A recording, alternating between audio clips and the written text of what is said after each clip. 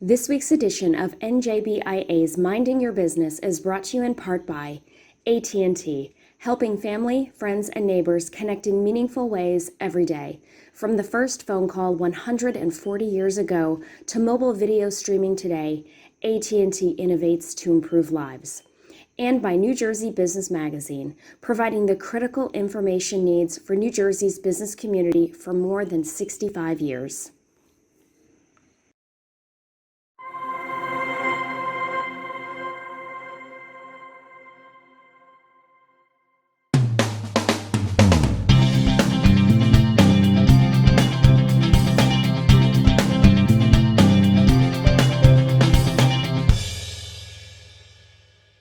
Welcome to NJBIA's Minding Your Business. I'm Bob Considine. Well, New Jersey's great hiring challenge is upon us as we head into the peak economic season. Many small businesses are raising their pay and raising incentives to hire, yet jobs are still not being filled. With that, NJBIA recently hosted a virtual town hall, gathering nearly 150 business owners and lawmakers to discuss those challenges and to request remedies from Governor Phil Murphy. We now take you to some of those impacted voices to hear their stories and their solutions. Have a look. Restrictions must be lifted that prevent childcare providers from maintaining viable businesses. Approximately 1,300 childcare centers in New Jersey have closed, and many of them will not reopen, creating childcare deserts around the state. Our state, unlike most in the country, is still struggling with childcare licensing restrictions that greatly limit our capacity. The effects are twofold. Our parents, many of whom rely on childcare to go to work, have been terribly impacted. This has specifically hurt women, as it has been reported that 6 times more women than men have experienced salary cuts or loss of work because of the pandemic. Our centers need to fully reopen to increase capacity and allow working mothers to return to the workforce. Under the current capacity restrictions, our childcare centers struggle to make a profit. We are seeing operational costs increase by as much as 20%, as there have been insufficient use of staff and square footage month after month. We cannot sustain the current business model. Something has to give. One thing we need to remember is last spring of 2020, childcare centers up and down the state, not just YMCA childcare centers, but many childcare centers were the first to open up their doors to offer emergency childcare for essential workers in the state. And once we were able to fully reopen for the public in June, regulations and capacity restrictions were enforced. So to give you some perspective, here we are nearly 1 year later, and those same capacity and licensing restrictions are in place. At the same time that COVID now has, by many predictions, increased the need for mental health and substance use services, possibly by 30 to 35% in the next year. We can't find staff that we used to be able to find really quickly. Case managers, who are people who could help with housing, job searches and stuff like that for our clients. Support staff who help out in terms of everything from billing to front desk kinds of stuff. Teachers, assistants, and these were positions that we would get a lot of resumes for because a lot of them are beginning kinds of positions. We can't understand why this is happening. Another issue for us is that we are highly regulated and audited by virtually everyone. And that has an impact on our ability to hire certain types of staff. If some of the regulations could be either reduced, or if, in the case of things like licensing, the response could be quicker, that would also help, because there are folks getting their social work degree who then have to wait a long time to be able to get their license, and they can't really apply for jobs until they're able to do that. The medical and dental field is in such high demand right now, and unfortunately, we are not able to keep up with their employment needs. And most recently, we're seeing less people post-COVID than we have pre-COVID. One of the unemployment offices that we work with has a turnaround time that could be a hardship to students. They're required to visit 3 schools to find the right fit before making a decision, which is really important for them to optimize their training. There is a delay in the process and the paperwork and getting them into training. And it's a hardship. If a student misses a start date, they have to wait months before they're able to start at the next time the program is offered. Been farming for over 40 years, and every time you think you've seen everything, there's something new. And I can tell you that this past year, farming through the pandemic and in now what hopefully is our post-pandemic time has been a real challenge. And we comprise a workforce that includes full-time employees, seasonal employees, production employees, retail employees, landscape and grounds, agritourism, trucking, administration. We employ students and seniors and parents, and every type and age person that you can imagine is employed on a farm in New Jersey. And I've seen tight labor markets. I've never seen a market as tight as it is right now. The season is just getting underway, and we're already hearing some reports, many reports of producers having very difficult times attracting and maintaining employees. It appears that the unemployment insurance has taken away the incentives for work in an environment when there's greater demand as the economy is opening up again for these employees. So there's a shrinking workforce of available employees, and there's more job opportunities than ever.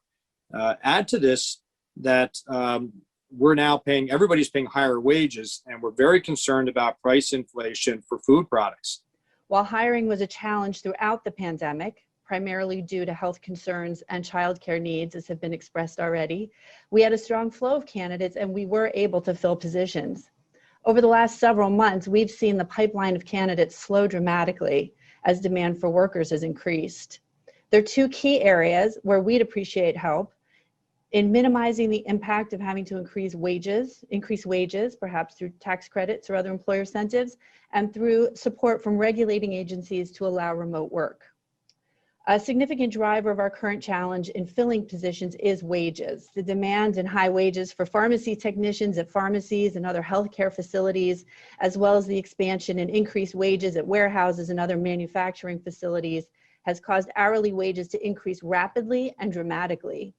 This increase is making it even more difficult to find qualified people for warehouse, compounding, and contact center roles, and is putting strain on our budgets as we struggle to keep up with market compensation.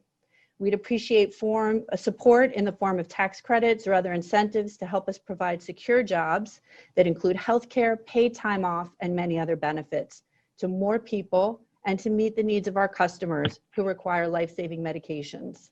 Being able to limit the number of people in the pharmacy throughout the pandemic, along with the many other safety protocols that did raise expenses for us that we implemented, helped us to keep everyone safe with zero community transmission. This ability to work remotely has also helped us attract strong candidates for contact center positions and to reduce turnover. It would be extremely helpful if regulators like the New Jersey Board of Pharmacy indefinitely extended their allowances for remote work.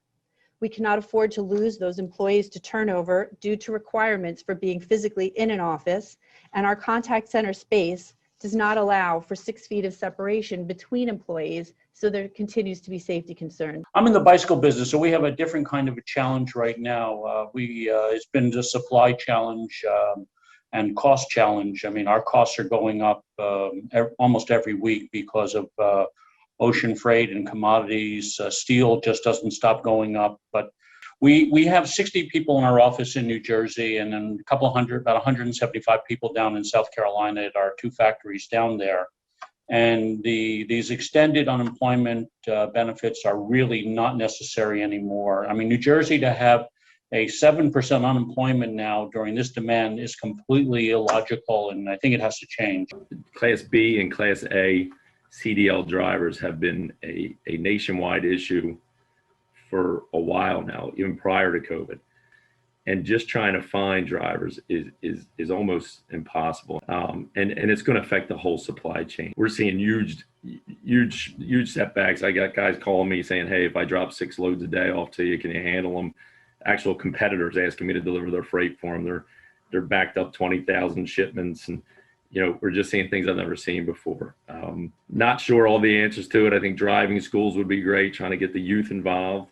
the supply chain is going to be impacted by this. We're seeing it with fuel prices, with the lumber prices and shortages.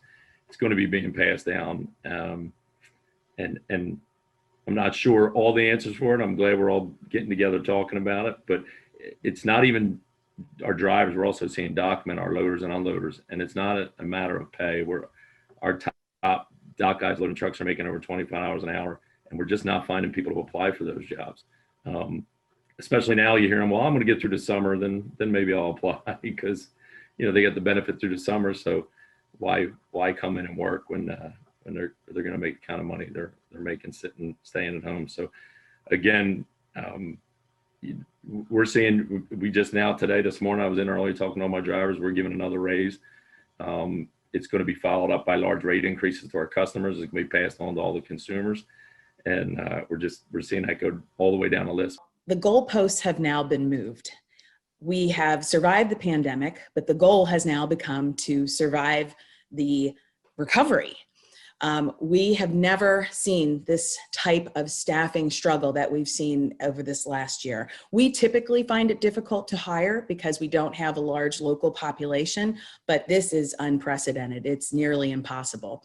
And the staffing struggle means we may not be able to fully open our facilities, thereby not fully recognizing our revenue potential as we work to overcome the staggering shortfalls from last season. A myriad of factors are creating this employment pandemic: continued COVID safety concerns from some of our employee population, unemployment supplements that create a disincentive for available workers to return to the workforce, the Department of State visa processing delays hindering our Bridge USA students, lingering childcare issues as COVID restrictions persist. These are all shrinking the overall labor pool and creating a situation where many, many businesses cannot fully staff. We need incentives for available workers to return to the job and mechanisms to report those who have not returned to their positions.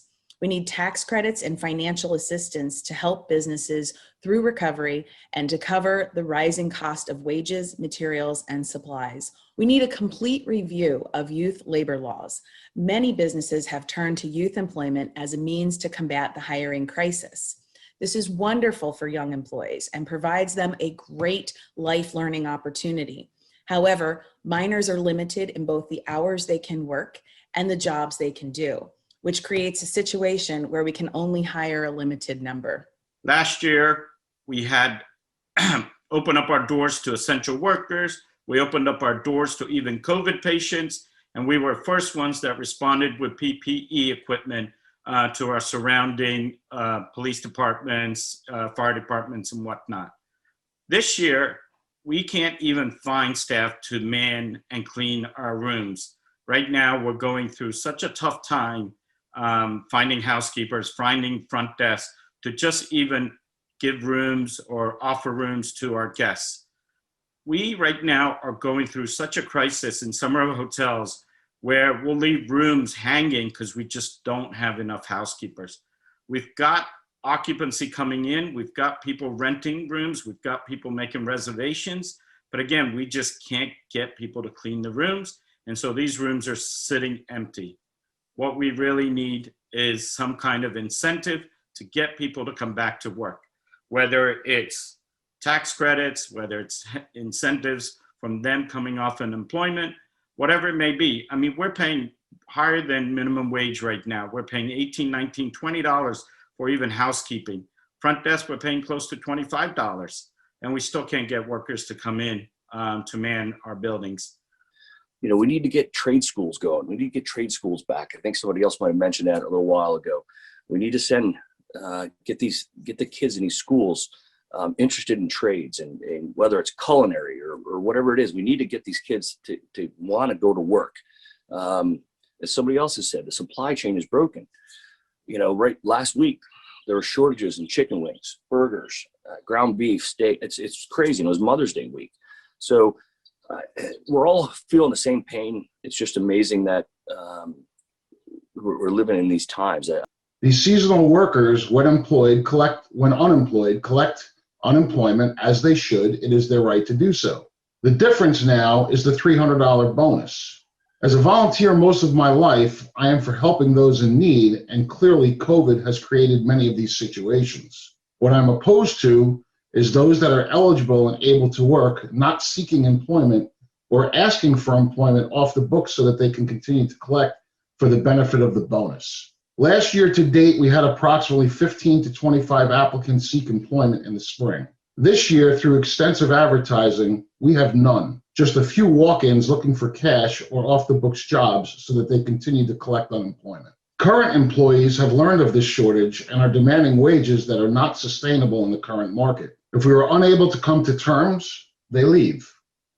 All right, some great input there from all the participants in NJBIA's virtual town hall on New Jersey's hiring challenges, and we'll be back right after this. This edition of NJBIA's Minding Your Business is brought to you in part by Jody Grunwald's Today is the Day Changemakers, providing content that will connect you to stories from people making a difference. Visit them on YouTube or at todayisthedayliveit.com. Welcome back to NJBIA's Minding Your Business. I'm Bob Considine. Well, we now turn to an impactful nonprofit called SCORE, which is the largest network of volunteer expert business mentors in the country. Here to talk about all the good stuff with the New Jersey chapter of SCORE is Gene Wolf, the District Director of SCORE New Jersey. Gene, thank you so much for being here. Nice to meet you. Thanks for having me. All right, so tell us a little bit more about SCORE New Jersey in terms of how long it's been around and what it does.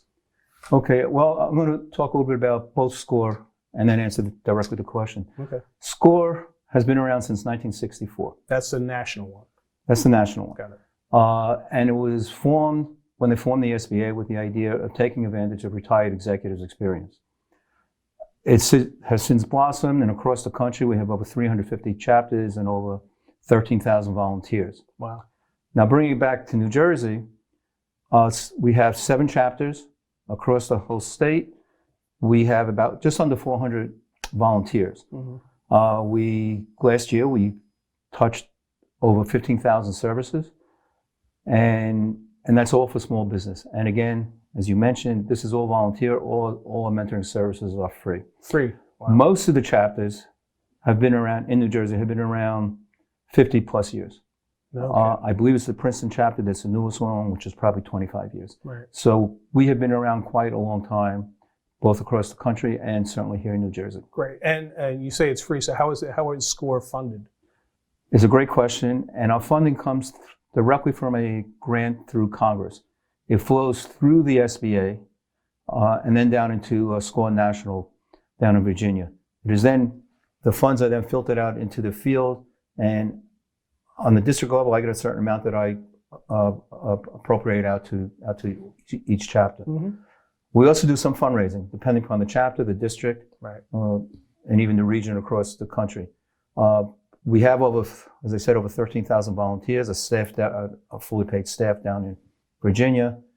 So the grant doesn't really go that far. Right. So we always are looking for additional funds. Right. But to answer your question directly, we are funded through an appropriation from Congress. Right. And 13,000 volunteers is amazing. We'll get into the volunteers in a moment. But tell us in terms of what the needs are. What are people coming to you with? What are they coming to SCORE New Jersey with? What do they need help with? Again, our charter is to help small business community. And our tagline is for the life of your company. Mm-hmm. So much of our people come, I should say clients come with startup operations. But there's a nice portion of the clients who come to us that have also been in business for a while. The numbers actually break down. About 43% of the clients who come to us are in pre-startup. I have an idea. What do I do? What does a business look like? What is a small business? Very good. Another 20% are people who have been in business and are going to the next phase. And what does the next phase mean? I need a business plan. I need more funding. What do I do? It's time to professionalize my group. Mm-hmm. And again, our volunteers come from all walks of life. So there isn't a discipline that we can't touch on. Then about 30%, 35% are actually people who've been in business a year plus. So many people stay with us for the life of their company. Really? Even as they grow, they might need more funding. And then now they have human resources problems, distribution problems, sales problems. Right. So it continues. So we go, it actually breaks down. It's a little bit more than a third on the startups, but we actually do cover the whole gamut of business. Right. That's amazing. So you could have somebody who's been in business for 15 years and still come to you. It's not uncommon. Mm-hmm. Not uncommon. Wow. And it's always different stories. So I'll tell an anecdote. Sure. I had a client come to me, I'd say it's about four years ago. Time goes on, maybe it was 5 years ago. But she had a successful business, doing several $1 million worth of revenue. She's been around, it was just about 15 years. That's what triggered the question. Sure. And she was having growth problems. So we sat down and we went over sales forecasting and personnel issues. And I made a couple of suggestions. And she came back to me next month. She says, "Oh my God, it actually worked. Right. My forecast was way off based upon the information she was getting from her salespeople." Right. So that's just an example, a little anecdote of, yes, these people and many do stay with us for the life of the company. Do you do any mentoring yourself? Is that what I'm hearing? Yes. Okay. Yeah. Tell me a little bit more about your background, Gene, that kind of put you in this position to be a mentor. So I'm retired. I retired about 12 years ago now. My background was in telecommunications world. Came up through the sales and marketing side in New York City, as you can probably tell already. And we ultimately to the president and CEO of several different companies. Yeah. I had a lot of background in the video conferencing world. The other celebrity in Monmouth County is Bruce Springsteen and one of his songs. Mm-hmm. Glory days. In my glory days, I was a pretty big name, a fairly large name in the video conferencing industry. Right. But then I stopped, and it was time for other people to do it, to travel. I was traveling all over the world. I had offices all over the world. Mm-hmm. It was time for other people to do it. Right. And I needed something to do. I don't believe when people retire that they say, "What do I do to replace work?" If I had to replace work, I would have kept working. But it's the next phase of life, and what interests me and what do I do? The summers were great, and we're down here on the Jersey Shore. Mm-hmm. The winters got a little long. Yeah. I knew of SCORE. I reached out to SCORE. I met with the management. Mm-hmm. I started as a mentor in Monmouth County.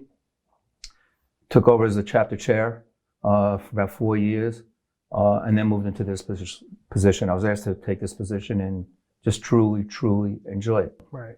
I wanted to ask about just that volunteerism. You know, it's such a rare thing these days, volunteerism. It's harder to I don't want to say it's rare, but it's harder to get volunteers because life is busy. People have things to do. What kind of people are you seeking to volunteer at SCORE? Do they have to have this tremendous business background to do it? They need a business background, Mm-hmm. and it could be. Let me back up a little bit. We come from all walks of life. Right. I spoke a little bit about my expertise of running ultimately technology companies. But we have attorneys, we have CPAs, we have IT people, we have small business people, we have people who come from large companies. So it goes across the whole gamut. But yes, you would need some type of business. To be a mentor, we do other things. We need help with IT, we need help with administration, we need people to give webinars. So yes, we will look outside, but the pure volunteer mentoring, obviously you need a business background. And as I said before, with New Jersey, we have just under 400 volunteers. We're continually recruiting. There's a lifeblood of our organization. Yeah. And some people give more time than others. Right. So they're always trying to fill in and making sure. And of course, the more we get, the more services we can provide. Mm-hmm. Now, the pandemic really turned out to be a boom for us. Not only the number of services, it's kind of a funny thing to say because so many people are hurting and desperate, as we all know, but they turn to SCORE. Yeah, it makes sense. They turn to SCORE. What do I do about my business? What do I do about cash flow? Mm-hmm. Am I doing the right things to survive? Is it an opportunity? The big word in the last year has been pivot. Sure. What do I do about pivoting? Right. And do I go into another business? So, and our webinar series just exploded. People just needed the information, including on the PPP and other government programs. But we also got a bump in volunteers. One day, Governor Murphy, I had spoken to a couple of people who report directly to him. Mm-hmm. And unbeknownst to me, the next day, if you remember, Governor Murphy had his daily briefing. Yeah, sure. He mentioned SCORE. Oh, that's great. And someone called me to tell me I didn't know. And I saw the tape. The next day, we had about, I think it was 6 or 8 new volunteers just call us. That's great. So more publicity we get, more outreach. Hopefully doing something like this will have people reach out to us. Mm-hmm. but we're always looking for new volunteers. Right. And it's funny, even if they can't volunteer, I was seeing other things that volunteers can actually do, and they can be subject matter experts. They could be workshop presenters, or do chapter support in some other way, which is great. You also have, you mentioned the webinars. What kind of ground do they cover? Mention the it, gamut. ask it, the whole gamut. From we do one that's very popular, simple steps to starting a business. We'll give guidelines on, are you ready for a business? Do you have the financing to support yourself? Right. Because most businesses don't have livable revenue coming in immediately. Yeah. Do you have the finances? Do you have backing? Do you have support of your family? So we take through the gamut. What are you going to be, an LLC or another function? Then we do marketing, we do social media, we do crowdfunding. Right. The list goes on and on. And if anybody goes to score.org, they will see a multitude of webinars. Yeah, I saw blogs too. It's not just, it's like, so this is one day. What to know about getting government contracts, what's involved in starting a partnership, how to file for a small business patent. This is one day's worth of blogs on this site. So it's amazing, all the content that's on there. Well, don't forget, what I mentioned before, we have 350 chapters across the country, all doing a webinar series. It used to be seminars, now webinar series. So yeah, the list goes on. And there's no longer geographical restrictions. Yeah. You just go online and you have it. So yes, you can find virtually any type of topic that the client might be interested in. I'll ask one more question, Gene. You've been at this a long time. What do you get out of this? What is the gift to you that, providing help for people who are in business? So this is my 10th year. I believe this is my 10th year. As I always say, the pay isn't so good. We do it volunteer. Right. So the payback is truly the old feeling, I'm giving back to the community. And maybe that sounds corny. Right. But when I drive down Route 35 and I see a store that's open, then when I sat down with them, didn't know what a business plan was, didn't know how to get the financial backing, et cetera, and they've been open for the last 4 to 5 years. If I have a client, Chris Dudick is his name. He developed a product that is just sensational to help autistic children with their communication skills. Right. And he created avatars, and you talk into the computer, and then you can, the avatar will mimic or copy the voice of the child that came in. Amazing. The application is just incredible, and every time he shows it, people jump up.